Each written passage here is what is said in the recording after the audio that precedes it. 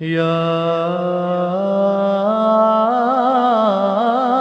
محمد یا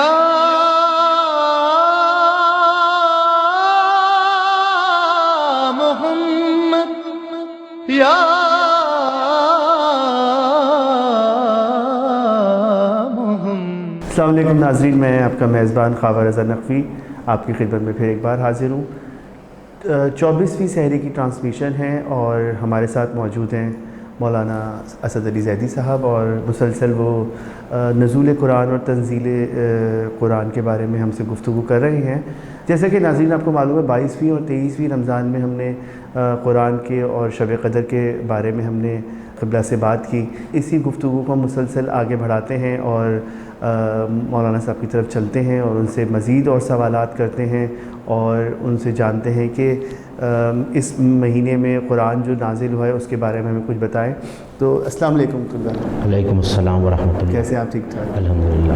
جی قبلہ، میرا آپ سے یہ سوال ہے کہ ہم مسلسل گفتگو تنزیل قرآن اور شب قدر پہ گفتگو کر رہے تھے، تو اس کے مزید آپ ہمیں مطلب نزول قرآن کے بارے میں اور تنزیل قرآن کے بارے میں ہمارے ناظرین کو کچھ بتائیے۔ جی پہلے تو میں دعا گو ہوں اپنے تمام سامعین کے لیے، اور ان سے بھی گزارش کروں گا کہ ہمیں بھی اپنی دعاؤں میں یاد رکھیے۔ یہ ماہ مبارک ہے اور ہم اس آخری عشرے میں داخل ہو چکے ہیں جو کہ عشرہ مغفرت کہلاتا ہے، اور آپ نے مسلسل 2 پروگرام 22ویں اور 23ویں سحری کے سماعت فرمائے اور دیکھے، اور جس پہ ہمارا سلسلہ جو تھا وہ شب قدر اور تنزیل قرآن کے حوالے سے تھا، اور آج بھی ہم تنزیل قرآن کے حوالے سے گفتگو کر رہے ہیں۔ اور یہ ظاہر مہینہ ایسا ہے کہ ہم نے شروع سے ہی یہ گزارشات پیش کی اور یہ معروضات پیش کی رمضان کے آغاز سے ہی، کہ اس رمضان میں، اس مہینے میں جو کہ اللہ کا مہینہ ہے، ظاہر عبادات ہے کثرت سے، اور قرآن کی تلاوت کی تاکید ائمہ کے ہاں اور حدیث رسول میں خطبہ شعبانیہ میں کہ قرآن کی کثرت سے تلاوت کریں، اور ایک ایک آیت کے اوپر ختم قرآن کا ثواب ہے، اور کوشش کریں کہ کم از کم ایک قرآن جو ہے وہ ختم کریں مومنین، اور اس کا بہت کثیر ثواب ہے اور بہت زیادہ ثواب ہے۔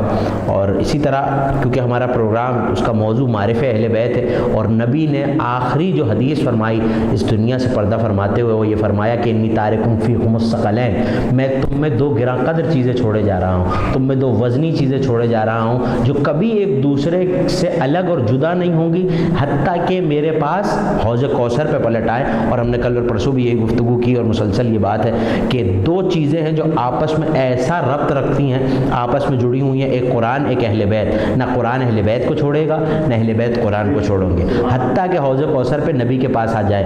تو اگر زمانے کو قرآن سمجھ میں نہ آ رہا ہو تو اہل بیت کے دروازے پہ آ جائیں، اور اگر اہل بیت کا مرتبہ سمجھ میں نہ آئے تو اسے چھوڑ نہ دیں، پھر قرآن کے دروازے پہ آ جائیں اور قرآن سے، اللہ کی کتاب سے توسل کریں کہ پالنے والے اس کتاب جو تو نے ہدایتوں کے لیے نازل کیا، اس کے ذریعے ہمیں بتا کہ تیرے ان چنندہ بندوں کا مرتبہ کیا ہے۔ اور ایک آیت ایسی ہے جس میں ان دونوں کا تذکرہ قرآن میں کیا گیا ہے، اور وہ آیت بہت کم مقامات ایسے ہیں کہ جہاں اللہ نے احسان کے لہجے میں اپنے حبیب سے گفتگو کی ہے۔ وہ حبیب، وہ محبوب جس سے کبھی یا ایھا المزمل، کبھی مدثر، کبھی طٰہٰ، کبھی یاسین کہہ کے گفتگو کرتا ہے، لیکن کچھ آیتیں ایسی ہیں جہاں احسان کے لہجے میں اللہ اپنے حبیب سے گفتگو کر رہا ہے، اور ان میں بہت مشہور آیت انا اعطیناک الکوثر ہے کہ ہم نے آپ کو عطا کیا، عطا کا سلسلہ ہے، عطا کی گفتگو ہے، ہم نے کوثر عطا کیا۔ اسی طرح کی ایک آیت 15ویں سورہ مبارکہ ہجر میں رکھی ہوئی ہے، 87 آیت کا نشان ہے 87، اور اللہ نے ارشاد فرمایا، کائنات کے مالک کا ارشاد ہوا کہ وَلَقَدْ آتَيْنَكَ سَبْعًا مِّنَ الْمَثَانِي وَالْقُرْآنَ الْعَظِيمِ، اے میرے حبیب یقیناً ہم نے آپ کو 7 دہرائی جانے والی آیتیں اور قرآن عظیم عطا کیا ہے۔ 7 خوبصورت، دونوں ترجمے موجود ہیں کہ 7 خوبصورت آیتیں، مثانی کا مطلب قابل ثناء آیتیں، یا پھر 7 دہرائی ہوئی آیتیں عطا کی ہیں۔ اور نبی کا فرمان طرفین کتابوں میں موجود ہے کہ اللہ نے مجھ سے بہت کم مقامات پہ احسان کے لہجے میں گفتگو کی، اور اس مقام پر قرآن کا احسان الگ جتلایا ہے اور 7 مثانی کا احسان الگ جتلایا ہے۔ جب ہم پوچھتے ہیں مفسرین سے تو یہی کہتے لوگ نظر آتے ہیں کہ سورہ فاتحہ کی چونکہ بسم اللہ سمیت 7 آیتیں ہیں تو یہ سورہ فاتحہ کا تذکرہ ہے، ہمیں اس سے کوئی انکار نہیں، یقیناً یہ بھی ایک تفسیر ہے، لیکن امام صادق کا فرمان موجود ہے کہ قرآن کی ایک آیت کی 70 ظاہری تفسیر ہوتی ہے، 70 باطنی تفسیر، تو 140 تفسیریں ہو سکتی ہیں ایک آیت کی۔ قرآن اپنے اندر اتنے علوم سمیٹے ہوئے ہیں اور اپنے دامن میں اتنے علوم پنہا کیے ہوئے ہیں کہ 140 تفسیریں ہیں۔ میں آج جس تفسیر پہ گفتگو کرنا چاہ رہا ہوں، جو کہ قرآن و اہل بیت کا ربط ہے، جس پہ میں بات کر رہا ہوں، یہ علامہ ہاشم بارانی نے ویسے تو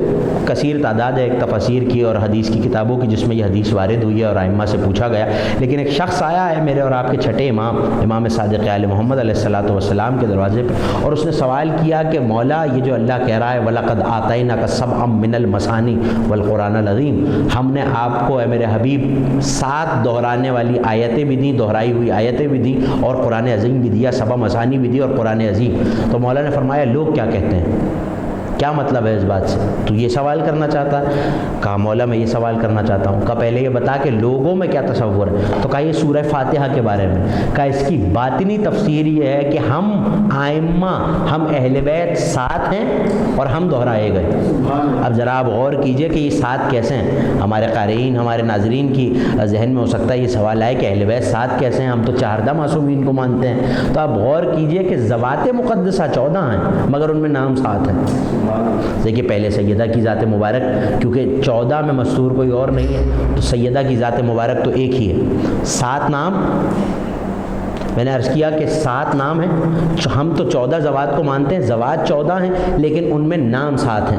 اب ذرا دیکھیے کہ 4 میں نام 7 ہیں اور وہی دہرائے جا رہے ہیں، ریپیٹ ہو رہے ہیں۔ محمد سرکار دو عالم کا نام ہے، اللہم صلی علی محمد و آل محمد، سرکار دو عالم کا نام 4 مرتبہ آیا ہے 14 معصومین میں۔ مولا علی کا نام 4 مرتبہ آیا ہے، حسن 2 مرتبہ آیا ہے، حسین 1 مرتبہ ہے، جعفر 1 مرتبہ ہے، موسیٰ 1 مرتبہ ہے، اور سیدہ کا نام کیونکہ مستور میں نے عرض کیا کہ 14 میں کوئی بی بی اور نہیں ہے، اس لیے وہ نام نہیں دہرایا گیا۔ تو اب ذرا آپ دیکھیے کہ 7 نام ہیں، یہی دہرائے جا رہے ہیں۔ محمد پلٹ پلٹ کے آ رہا ہے، علی پلٹ پلٹ کے آ رہا ہے، حسن پلٹ کے 2 دفعہ آیا، لیکن 3 نام نہیں دہرائے گئے، اور سیدہ کا نام تو ظاہر ہے، لیکن مردوں میں 3 نام ایسے ہیں جو دہرائے گئے اور 3 نام ایسے ہیں جو نہیں دہرائے گئے۔ اب یہ بات کیا خدا کے ہاں نعوذ باللہ قحط ہے ناموں کا، یا کوئی کال پڑا ہوا ہے، یا وہ تو لفظوں کا خالق ہے، حروف کا موجد ہے، تو کیا وہ نئے نام نہیں رکھ سکتا؟ وہی نام محمد 4 بار دہرا دیا۔ ایک اگر آپ غور کیجئے کہ سرکار دو عالم، پھر 5ویں امام، پھر 9ویں امام، اور پھر ہمارے زمانے کے امام حجت دورہ جل اللہ تعالیٰ فرجہ الشریف، ان کا نام بھی وہی ہے، ہم نام رسالت ہے، 4 بار یہ نام آیا۔ پھر مولا علی کا نام دیکھ لیجئے اسی طرح، علی ابن ابی طالب، پھر 4تھے امام کا نام علی، پھر 8ویں امام کا نام علی، اور پھر 10ویں امام کا نام علی، تو 4 بار علی آیا اور 2 بار حسن آیا، ایک حسن مجتبیٰ، ایک حسن عسکری۔ تو سوال یہ ہے کہ اللہ کے ہاں کوئی قحط یا قال ہے؟ تو اس کا جواب یہ ہے کہ وہ صاحب حکمت ہے، جب لفظوں کا خالق ہے نئے نام رکھ سکتا تھا، تو یقیناً حکیم کا فعل حکمت سے خالی نہیں ہوتا۔ اگر اس نے یہ نام دہرائے ہیں تو وجہ ہے، اور اس پہ علماء نے کتابیں لکھی، بحث کی۔ ایک عالم ہے علامہ کاظم حائری، جنہوں نے پوری کتاب اس موضوع پہ لکھی کہ جو نام دہرائے گئے تو کس لیے، اور جو نہیں دہرائے گئے وہ کیوں نہیں دہرائے گئے۔ سبحان اللہ سبحان اللہ۔ قبلہ میرا آپ سے سوال یہ ہے کہ وہ 3 نام کون سے جو دہرائے نہیں گئے، اس کے بارے میں ہمارے ناظرین کو بتائیے۔ دیکھیے 3 نام وہ ہیں جو دہرائے نہیں گئے، ان میں پہلا نام حسین ہے، سیدہ کا نام چونکہ مستور ہے اس پہ بھی ہم گفتگو کریں گے، لیکن وہ نام تو اس کی بہت بظاہر وجہ ہے، ظاہر بظاہر کہ بیوی کوئی اور نہیں ہے تو اس لیے نام نہیں دہرایا جا سکا۔ لیکن آئمہ کے ناموں میں ایک حسین، ایک جعفر جو کہ چھٹے امام کا نام ہے، ایک موسیٰ جو امام موسیٰ کاظم کا نام ہے، یہ نام نہیں دہرائے گئے۔ محمد، علی اور حسن دہرائے گئے۔ سبحان اللہ۔ جی ناظرین، ابھی ہماری گفتگو جاری ہے اور ابھی ہم بس تھوڑا سا بریک لیتے ہیں اور پھر آپ کی خدمت میں حاضر۔ یا محمد، یا محمد، علی علی کے سوا کیا میری حیات میں ہے، نماز علی میرے واجبات میں ہے، پلے صراط رات سے کیسے نہ وہ سبک گزرے، پولیس رات سے کیسے نہ وہ سبک گزرے،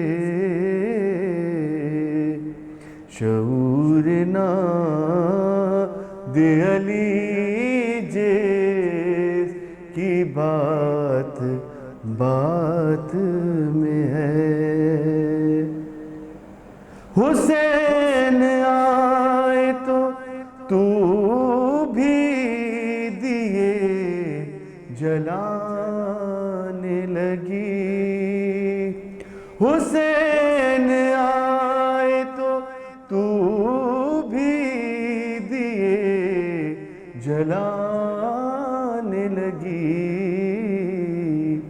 ہوا چراغ بجھانا تیری صفات میں ہے، علی علی کے سوا کیا میری حیات میں ہے۔ جی ناظرین، بریک کے بعد آپ کو خوش آمدید کہتے ہیں، اور ہمارے ساتھ موجود ہیں مولانا اسد علی زیدی صاحب، اور ہمارا جو گفتگو ہے نزول قرآن اور تنزیل قرآن پر بات چل رہی ہے۔ جیسا کہ مولانا صاحب آپ نے ابھی بتایا کہ 7 ناموں کو دہرایا گیا اور 3 نام جو ہیں وہ نہیں دہرائے گئے، تو میرا آپ سے سوال یہ ہے کہ وہ جو 3 نام دہرائے گئے ہیں اس کے بارے میں ہمارے ناظرین کو کچھ بتائیے۔ جی، ہم وقفے سے پہلے یہ گفتگو کر رہے تھے کہ اللہ جو یہ قرآن میں کہہ رہا ہے کہ وَلَقَدْ آتَيْنَاكَ سَبْعًا مِّنَ الْمَثَانِي وَالْقُرْآنَ الْعَظِيمَ، ہم نے آپ کو 7 مثانی 7 دہرائی ہوئی آیتیں دیں اور قرآن عظیم بھی دیا۔ تو اگر فاتحہ وہ 7 آیتیں ہیں تو فاتحہ تو خود قرآن میں شامل ہے اور وہ قرآن کا مقدمہ ہے، تو وہ 7 نام ائمہ کے نام ہے، میں نے عرض کیا، اور علامہ ہاشم بہرانی نے تفسیر برہان میں اس واقعے کو لکھا ہے کہ امام سے پوچھا گیا تو امام نے فرمایا ہم 7 ہیں، ہم دہرائے گئے ہیں۔ اب اس میں یہ سوال پیدا ہوتا ہے جو آپ نے سوال کیا کہ نام سیدہ کا نام تو ظاہر ہے نہیں دہرایا گیا، 3 نام ایسے ہیں، محمد صلی اللہ علیہ وآلہ وسلم، علی اور امام حسن کا نام جو دہرائے گئے۔ تو یقیناً میں نے عرض کیا کہ اس میں اللہ کی حکمت ہے، اور اللہ کا فعل حکمت سے خالی نہیں ہوتا کیونکہ وہ صاحب حکمت ہے۔ اگر اس نے نام دہرائے ہیں تو کوئی کمی نہیں تھی نعوذ باللہ ناموں کی، وہ تو لفظوں کا خالق ہے، الفاظ کا موجد ہے، حروف کا موجد ہے، ایجاد کرنے والا ہے، خلق کرنے والا ہے، نئے نام بھی رکھ سکتا تھا۔ لیکن مسئلہ یہ ہے کہ حدیث موجود ہے، اولنا محمد، اوسطنا محمد، آخرنا محمد، کلنا محمد، ہم سارے کے سارے محمد ہیں، مگر 4 کا نام محمد رکھا تو یہ اس لیے کہ اگر پہلا محمد سمجھ میں نہ آ رہا ہو اور اس کی زندگی کا کوئی پہلو ایسا ہو جو تمہاری سمجھ میں نہ آیا ہو تو اب دوسرے محمد کو دیکھو اور اس سے سمجھو، تیسرے محمد کو دیکھو اور اس سے سمجھو، چوتھے محمد کو دیکھو اور اس سے سمجھو، اور اگر 4 میں بھی تمہیں سمجھ میں نہ آئے تو جو آخری پردے میں ہے وہ بھی محمد ہے، وہ تمہیں آ کے ذوالفقار سے سمجھا لے گا۔ اسی طرح علی کو سمجھو، اگر علی ابن ابی طالب کی ذات نہیں سمجھ میں آ رہی تو علی زین العابدین سے سمجھو، اگر علی زین العابدین سے سمجھ نہ آئے تو علی رضا سے سمجھو، اگر علی رضا سے سمجھ میں نہ آئے تو علی نقی سے سمجھو۔ اسی طرح اگر پہلا حسن سمجھ میں نہیں آیا ہے، حسن مجتبیٰ سمجھ میں نہیں آیا ہے، کوئی پہلو تشنا رہ گیا ہے تو وہ حسن عسکری کی زندگی میں دیکھو۔ اور اسی طرح ہے اگر آپ سیرت معصومین کو دقت سے پڑھیں تو آپ کو کچھ سوال ایسے ہیں جو مولا علی کی زندگی میں تشنا رہ جاتے ہیں، ظاہر ہے کہ انہوں نے تو تشنا نہیں چھوڑے مگر ہماری عقلیں محدود ہیں اور ہم حکمت معصوم کو نہیں سمجھ سکتے، حکمت خداوندی کو ہمارے دماغ اور ہماری عقلیں، ہمارا ادراک درک نہیں کر سکتا، لیکن وہی چیز کسی اور معصوم کی زندگی میں واضح ہو جاتی ہے کہ مولا علی نے ایسا عمل کیوں کیا۔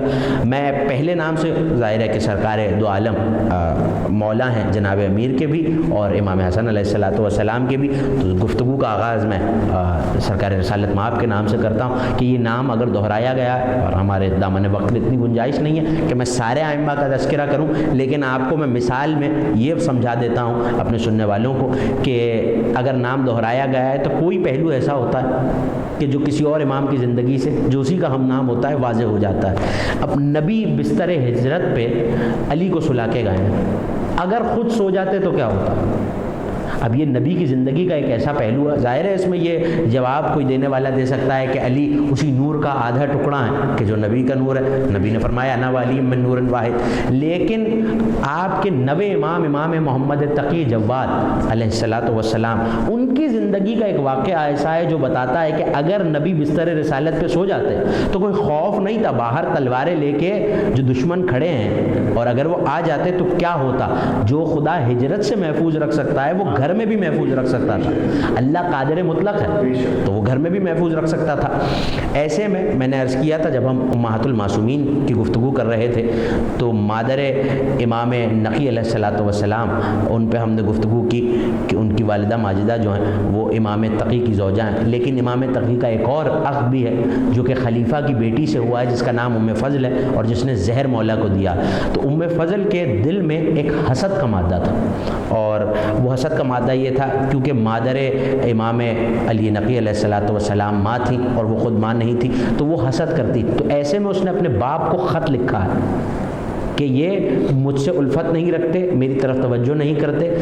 تو وہ نشے میں دھت تھا، علامہ مجلسی نے اس واقعے کو لکھا کہ مامون اس وقت نشے میں، اور ایسے میں اس نے حکم دیا، اس کا ایک غلام تھا یاسر، اسے حکم دیا شراب کے نشے میں کہ جاؤ محمد تقی کو تلواروں سے پرزے کر دو، قتل کر دو۔ تو یاسر کہتا ہے میں گھبراتا ہوا چلا، مولا اپنے بستر پہ سو رہا ہے، میں نے تلوار کو نکالا اور ایک مرتبہ امام پہ تلوار کے، اور امام نیند کی حالت میں، ایسے میں زور سے امام پہ تلواروں کو مارنا شروع کیا اور حملہ کرتا جاتا تھا حتیٰ کہ مجھے یقین ہو جائے۔ کہتے لیکن پھر بھی مجھے تسلی نہیں ہوئی تو میں نے امام کے حلق مبارک پہ تلوار کو رکھا اور تلوار کو چلا دیا، اور مجھے یقین ہو گیا کہ اب میں نے قتل کر چکا ہوں۔ وہ آیا اور اس نے خبر کی، وہ جب اپنے نشے سے جاگا، ظاہر ہے کہ حالت نشہ میں تھا تو اپنے ہوش میں نہیں تھا، تو یاسر جو غلام ہے اس نے آ کے بتایا کہ میں نے قتل کر دیا۔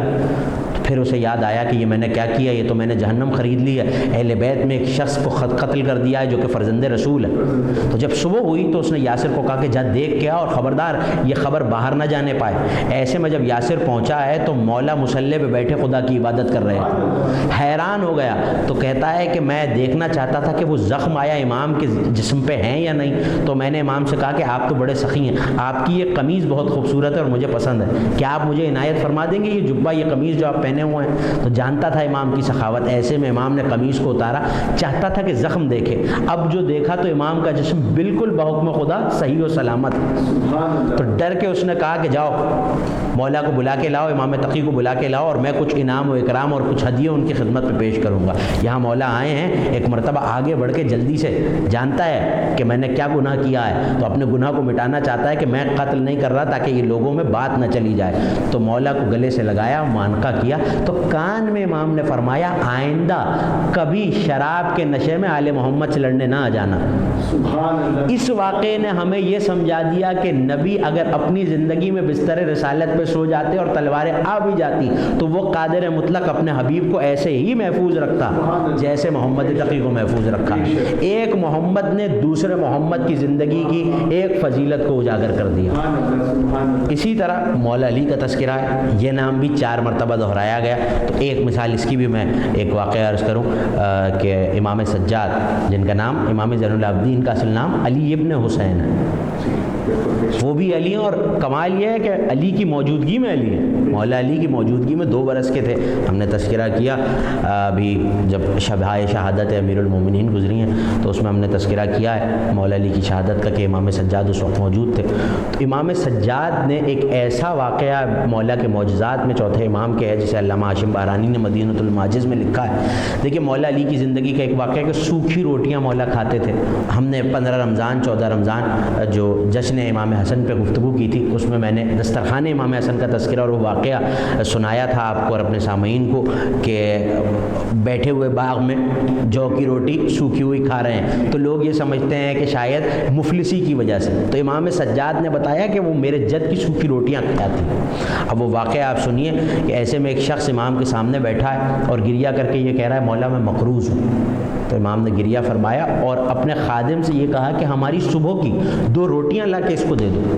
اب وہ دل میں سوچ رہا ہے کہ مولا میں دولت مانگ رہا ہوں، میں مقروض ہوں اور مولا مجھے روٹیاں دے رہے ہیں، لیکن اس کے دل میں خیال آیا کہ عطائے معصوم پہ شک نہیں کرنا چاہیے، عطائے امام پہ شک نہیں کرنا چاہیے، روٹیاں لی چلا۔ اب جو اس نے دانت سے روٹی کو توڑنے کی کوشش کی ہے تو وہ روٹی اتنی سخت ہے کہ وہ کہتا ہے کہ مجھے لگتا تھا میرا دانت ٹوٹ جائے گا مگر یہ روٹی نہیں ٹوٹے گی. ایسے میں چلا تو میں نے سوچا لیکن مولا نے عطا کی ہے تو اس میں کوئی نہ کوئی حکمت ضرور ہوگی. یہ ہوتا ہے عقیدہ کہ عطائے معصوم پہ شک نہ کیا جائے. کہتا ہے میں گزر رہا تھا تو ایک مچھلی والا تھا, میں نے دیکھا اس کے پاس ایک ہی مچھلی بچی تھی. میں نے کہا کہ یہ روٹی مجھ سے لے لے اور یہ تیری آخری مچھلی ہے, یہ مجھے دے دے اور میرا بھی پیٹ بھر جائے گا اور یہ روٹی تجھے مل جائے گی. اب ذہن میں تو تھا کہ روٹی تو میں نہیں کھا سکتا, اتنی سخت ہے. کچھ آگے چلا, مچھلی والے نے روٹی لے لی, مچھلی اسے دے دی. ایک نمک والا تھا, ظاہر ہے مچھلی ہے تو نمک بھی چاہیے. تو اس کے پاس کچھ ڈلیاں تھیں اور خراب سی ڈلی اس کے پاس بچی تھی. تو جا کے کہنے لگا یہ میری روٹی بھی سوکھی ہوئی ہے, تیری ڈلی بھی خراب ہے, روٹی مجھ سے لے لے, نمک مجھے دے دے.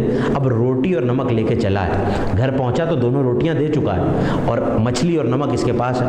اب جو مچھلی کا پیٹ چاک کیا تو مچھلی کے پیٹ میں سے ہیرے, لال جواہرات, موتی نکل آئے. کہتا ہے میں حیران ہو گیا کہ مولا نے جو روٹیاں دی تھیں اس کے بدلے مجھے کیا ملا ہے, لیکن میرے دل میں خوف بھی تھا کہ مچھلی والا کہیں واپس نہ آ جائے.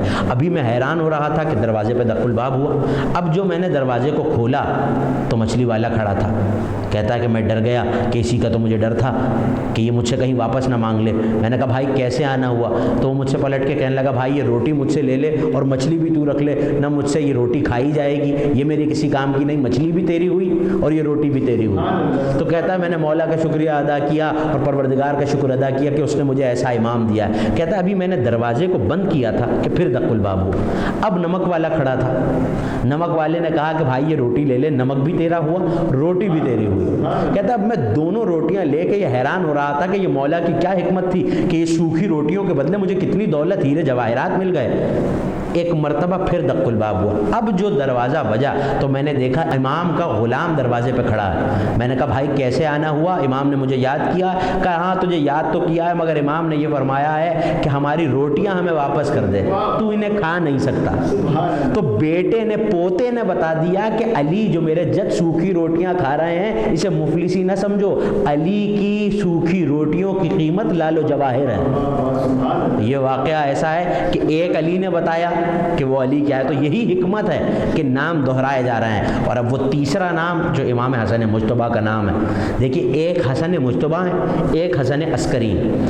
ہم نے جو پروگرام جو نشستیں امام حسن پہ کی اس میں آپ نے بھی سوال کیا تھا اور اس پہ گفتگو ہوئی کہ امام حسن نے سلوک کیوں کی, کیا وہ مجبوری تھی, امام حسن کے ساتھ لشکر نہیں تھا. تو وہ حسن مجتبیٰ لوگ اس سلوک کو سمجھے نہیں تھے اور آج تک نہیں سمجھ پا رہے ہیں اس سلوک کو. اور اپنے ہی لوگوں میں غیروں میں بھی یہ سوال ہوتا ہے کہ معاذ اللہ شاید مجبور تھے اس لیے سلوک کی. تو یہ امام عسکری نے بتایا کہ حسن کا لشکر کیا ہے. عسکری کہتے ہیں عسکر عربی میں لشکر کو کہتے ہیں, عسکری لشکر والا. اور یہ نام کب پڑا عسکری, یہ لقب کب ملا؟ جب حاکم وقت نے مولا کو مرعوب کرنے کے لیے بلایا, ایک ٹیلے پہ بلایا اور سامنے اپنے لشکر کو کھڑا کیا اور ان کے ہاتھوں میں مشعلیں دے دی. اب اگر دور سے آپ روشنی کو دیکھیں اور مختلف روشنیاں ہوں تو لگتا ہے کہ بہت زیادہ تعداد ہے, تو لشکر سامنے کھڑا ہے, مشعلیں جل رہی ہیں. تو امام کو بلایا اور مرعوب کرنا چاہتا ہے, حجت خدا کو یہ دکھانا چاہتا ہے کہ میرا لشکر کتنا بڑا ہے. ایک مرتبہ کہنے لگا حسن عسکری ذرا میرا لشکر ملاحظہ فرمائیے. امام نے طائرانہ نظر ڈالی اور ایک مرتبہ مسکرا کے کہنے لگے کہ اے حاکم اگر تو اجازت دے تو میں بھی تجھے اپنا لشکر دکھاؤں. تو کہا اچھا آپ بھی کوئی لشکر رکھتے ہیں؟ کہا ہاں میرا بھی ایک لشکر ہے. کہا اپنا لشکر دکھائیے کہ آپ کا لشکر میرے لشکر سے وسیع ہے. تو امام نے کہا اب ذرا میری 2 انگلیوں کے درمیان دیکھ. یہ ہوتا ہے اعجاز امام. حسن عسکری ہیں, لشکر والے ہیں, تو کہا میری 2 انگلیوں کے درمیان دیکھ. وہ کہتا ہے میں حیران ہو گیا. اب جو دیکھا ہوائیں بھری ہوئی تھی, فضائیں بھری ہوئی تھی, خلائیں بھری ہوئی تھی, جنات آئے ہوئے تھے, ملائکہ آئے ہوئے تھے, کروبین آئے ہوئے تھے اور سب کہہ رہے تھے مرنا یبن رسول اللہ, اے نبی کے بیٹے, اے حجت خدا, ہمیں حکم دیجئے, ہم آپ کا لشکر ہیں. تو امام نے فرمایا یہ دیکھ یہ تیرا لشکر ہے اور یہ حکم خدا سے اللہ کا دیا ہوا وہ لشکر ہے جو میرے پاس ہے. تو حسن عسکری نے بتا دیا کہ میرے جد حسن مجتبیٰ مجبور نہیں تھے, چاہتے تو اس لشکر کے ساتھ بھی لڑ سکتے تھے. ایک حسن نے بتا دیا کہ پہلا حسن کیا تھا, ایک علی نے بتا دیا پہلا علی کیا تھا, ایک محمد نے بتا دیا کہ پہلا محمد کیا تھا. تو یہ نام اگر دہرائے گئے ہیں تو بہت سی حکمتوں میں ایک یہ بھی حکمت ہے کہ اگر پہلے والے کو نہیں سمجھ سکے تو بیٹا اور پوتا سمجھا دے گا کہ ہمارے جد کا وہ مرتبہ جو تمہاری سمجھ میں نہیں آیا تھا, آؤ وہ ہم سے سنو کہ ہمارے اجداد کیا تھے. بہت شکریہ قبلہ, آپ نے بہت خوبصورت اس ہمارے سوال کا جواب دیا. اور ہمارے پروگرام کا وقت ختم ہوتا ہے. اپنے میزبان خاور حسن نقوی کو اجازت دیجیے. خدا حافظ. دیکھتے رہیے قائم ٹی وی. محمد یا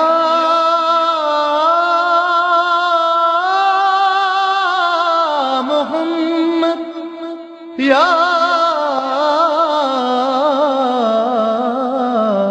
محمد یا محمد یا محمد یا